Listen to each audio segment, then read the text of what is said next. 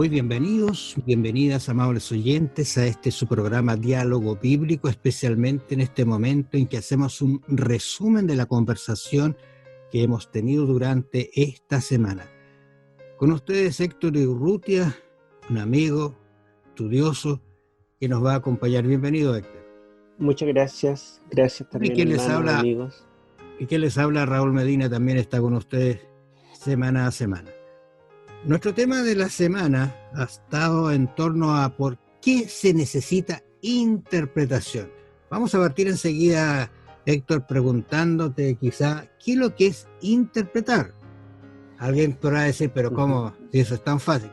Cuidado, a veces es bueno hacer repetición de algunas ideas para que queden más claras para nosotros. Bueno, la palabra interpretar en castellano viene del griego. Hermes, el dios, digamos, o Mercurio para los latinos, para los romanos, que era un dios que traía el mensaje de los dioses, del topos Uranus, del lugar celestial, traía ese mensaje a los mortales y le hablaban un lenguaje que nosotros, los seres humanos, pudiéramos entender. Y de allí también viene la hermenéutica, la ciencia de la interpretación. Es interesante entonces que la idea de interpretar no es solamente traducir de un idioma a otro, sino una verdad, un contenido, desde una esfera llevarla a otra esfera, como la idea de este dios Hermes o Mercurio.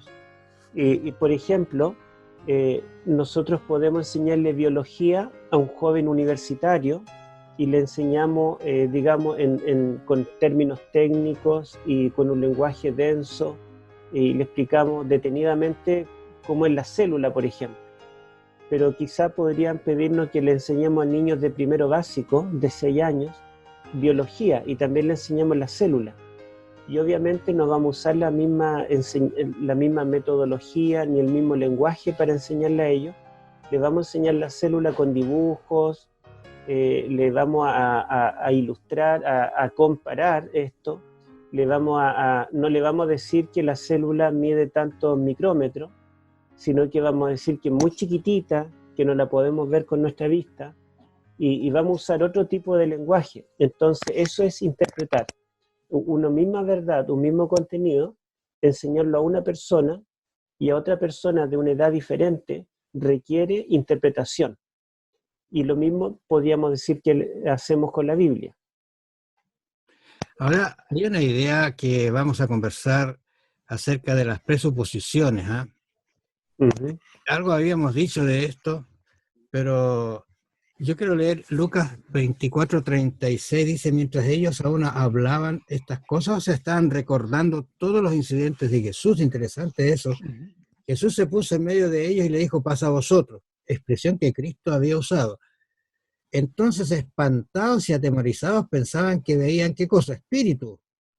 Pero él les dijo, ¿por qué estáis turbados y vienen a vuestro corazón estos pensamientos?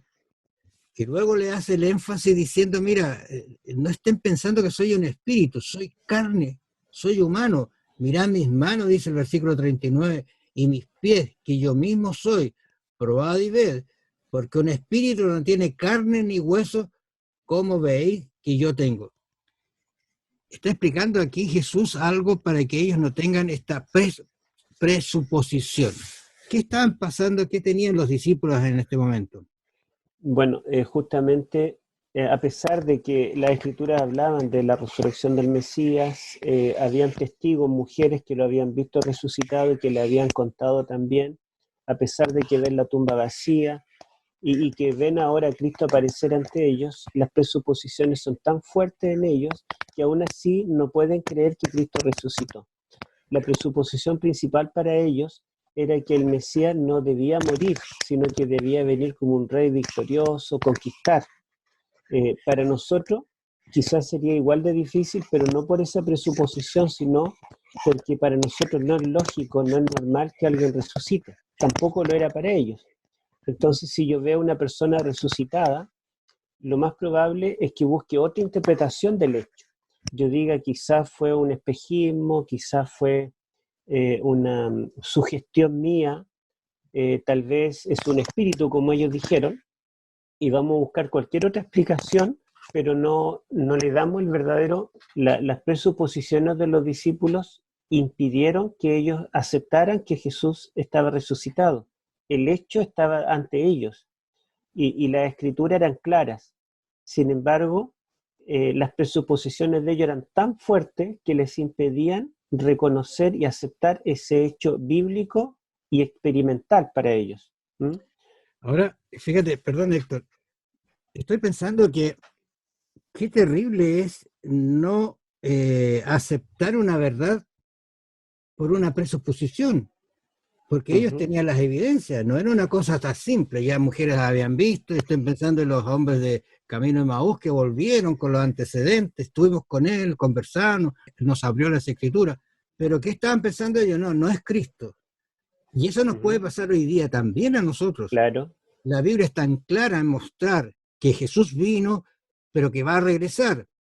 Pero podría decir alguien, no va a venir, no va a regresar, a pesar de que está lleno de antecedentes, la presuposición nos puede colocar al margen de esta verdad y como fin del camino perdernos. Esto es muy terrible, por eso que uno debería ser muy humilde ante Dios y decir, sácame todo esto de mi mente para que la Biblia me hable, para que la Biblia se acerque a mí y me diga el verdadero mensaje de salvación que encierra la palabra de Dios. Un ejemplo quizás más moderno, más nuestro, es la doctrina del santuario celestial.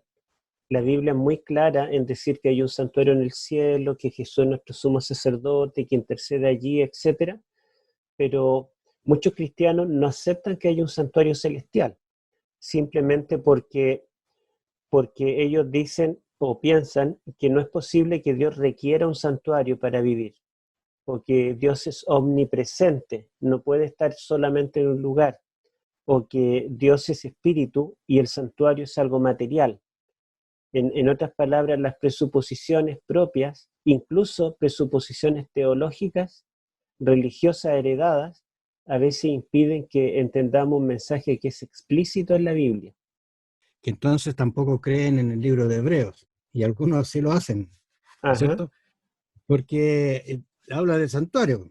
Tenemos un sumo sacerdote incluso que puede compadecerse, estar con nosotros. Qué maravilloso es como nos presenta la Biblia a Cristo. Y eso lo perdemos. Hay una situación, ¿no es cierto?, anterior a, que nos impide llegarnos claramente a la Biblia. Las dos ideas que vamos a conversar, una está relacionada con la traducción e interpretación. De eso vamos a conversar un poquito más adelante en nuestras lecciones.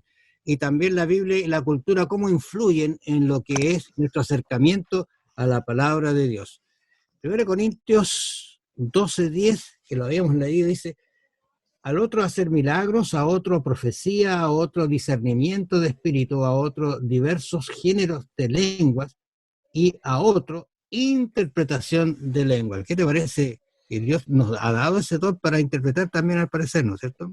Sí, bueno, ahí está hablando puntualmente de un don sobrenatural, ¿verdad? De poder interpretar lenguas, no porque estudió lenguas, sino porque el Espíritu Santo le da esa habilidad sobrenatural a una persona.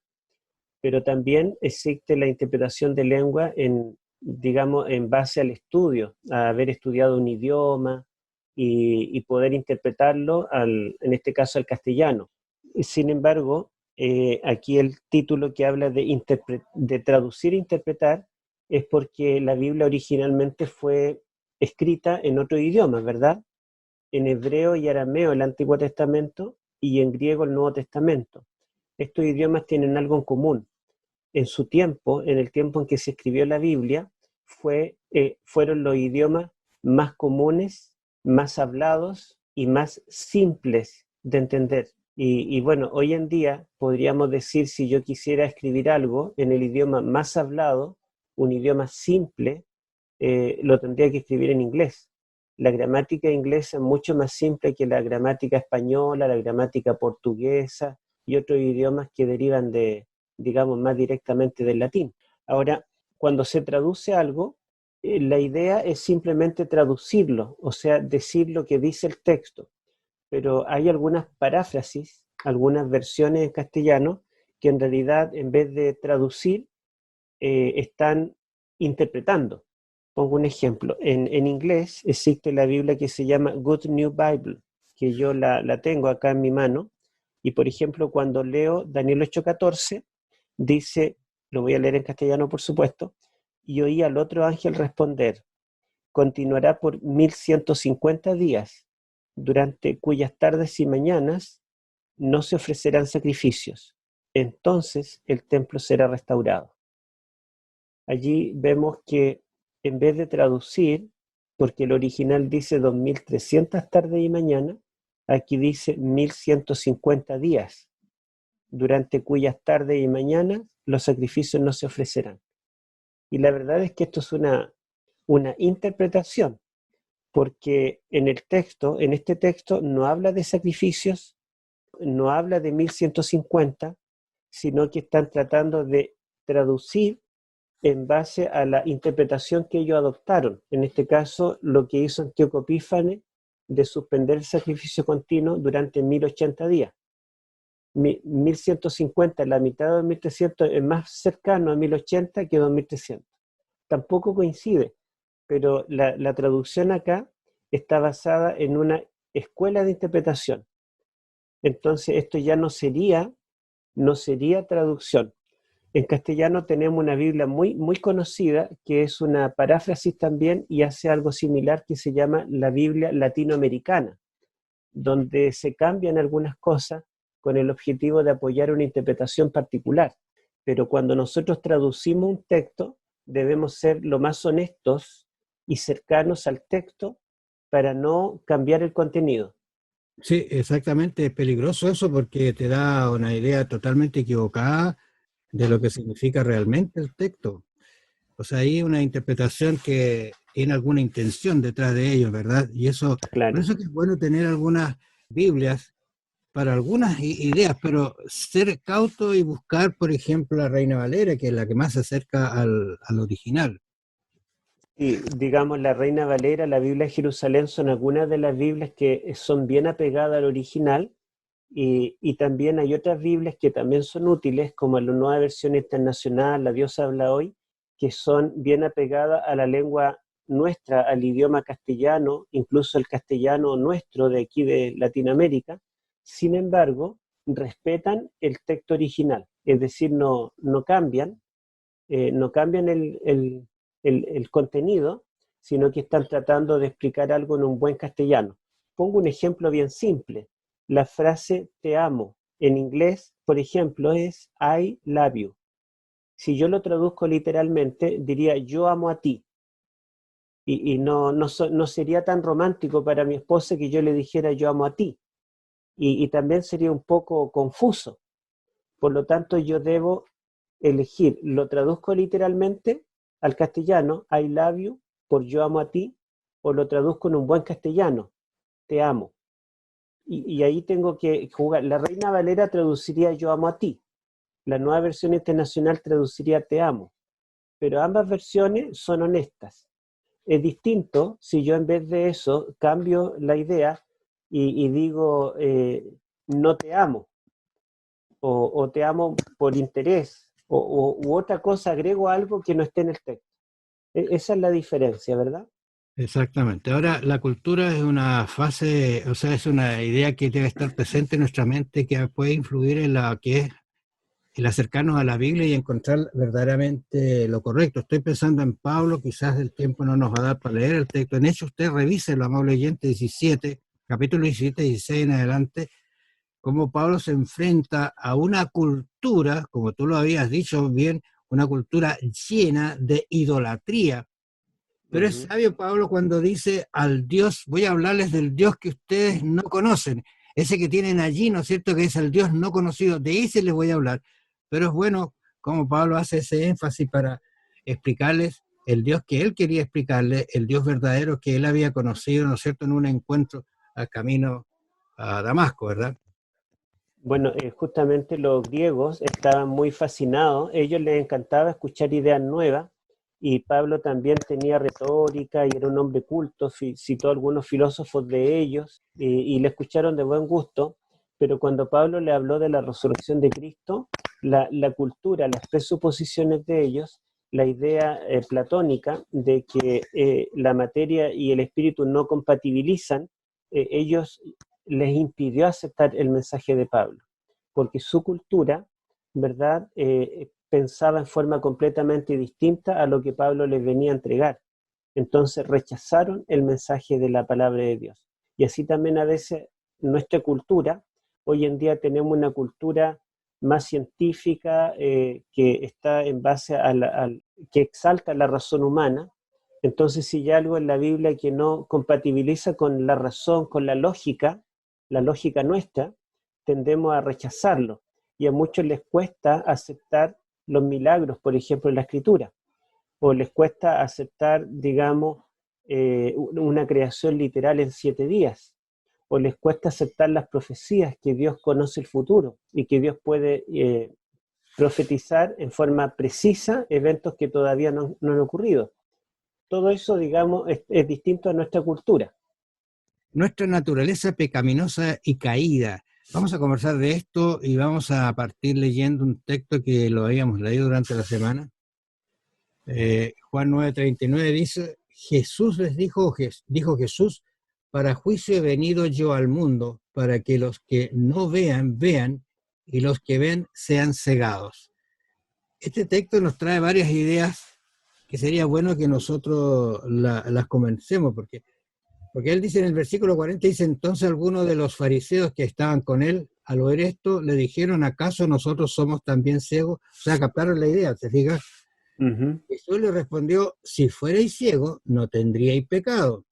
Mas ahora, porque decís vemos, vuestro pecado permanece. ¿Qué te parece la respuesta de Jesús? Claro, o sea, o Jesús, o bien ellos son ciegos porque no están viendo, no están aceptando que Jesús es el Cristo, o bien están en pecado, porque conscientemente, sabiendo que es Cristo, lo están rechazando. Digamos, la situación de ellos es una o la otra. Y lamentablemente la naturaleza pecaminosa impide que nosotros podamos aceptar a veces las verdades que no nos gustan. En Mateo 23, por ejemplo, Jesús dice que los fariseos son como un sepulcro blanqueado, ¿verdad? Que por fuera son muy hermosos, muy lindos, una apariencia de piedad, pero por dentro son pudrición y muerte. Entonces, esa era la condición de ellos, a tal punto que Jesús le dijo a los seguidores, a los judíos: hagan todo lo que los fariseos les dicen, pero no hagan lo que ellos hacen. Así que podemos ver cómo nuestra naturaleza pecaminosa a veces es un impedimento para aceptar a Cristo. Y mucha gente hoy en día no quiere ser cristiano, no porque las verdades cristianas no sean entendibles, o porque no sea lindo ser cristiano, no quieren abandonar el pecado. El versículo 43 del capítulo 12 de Juan dice algo bien interesante para considerar. Dice: con todo esto aún los gobernantes, muchos creyeron en él. Con toda la situación que estaba pasando, ciego, ¿no es cierto?, todos los milagros de Jesús, creyeron. Pero a causa de los fariseos no lo consideraban o no lo confesaban para que no sean expulsados de la sinagoga, como le pasó al ciego, ¿verdad?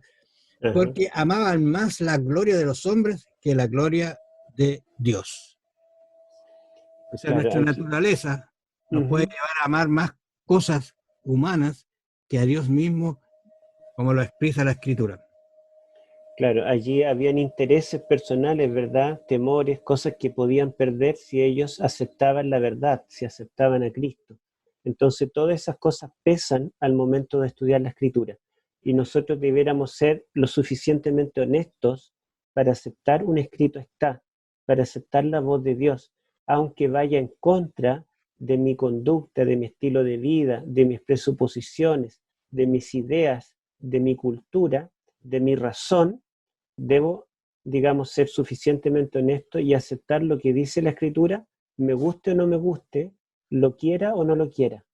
Bueno, vamos a conversar ahora, Héctor, por qué es importante la interpretación. Esto va a ser un tema, vamos a decir algunas cosas. Recuerde usted, amable oyente, que puede leer Nehemías 8 del 1 en adelante, cuando se juntó todo el pueblo, dice la Escritura, como un solo hombre en la plaza, que está delante de la puerta de las aguas, y dijeron a Esdras, el escriba, estos eran los hombres que sabían leer, escribir, que trajese el libro de la ley de Moisés, la cual Jehová había dado a Israel. Y el sacerdote dice, Esdras trajo la ley delante de la congregación, así de hombres como de mujeres, y de todos los que podían entender el primer día del mes séptimo, y leyó, dice, delante de la plaza, que está delante de la puerta, de las aguas, ves allí, y leyó el libro. ¿Qué te parece a ti ese texto para que podamos conversar un poquito de este detalle? Ajá.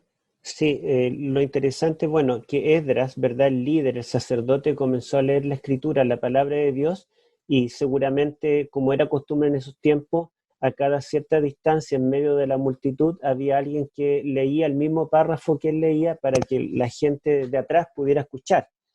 Pero lo interesante, yo encuentro el versículo 8 que dice, y leían, en este caso los lectores, en el libro de la ley de Dios claramente. O sea, había una intención más que de abarcar, leer todo el libro, la intención era leer claramente, no importa lo que demoraran. Y después decía, y ponían el sentido.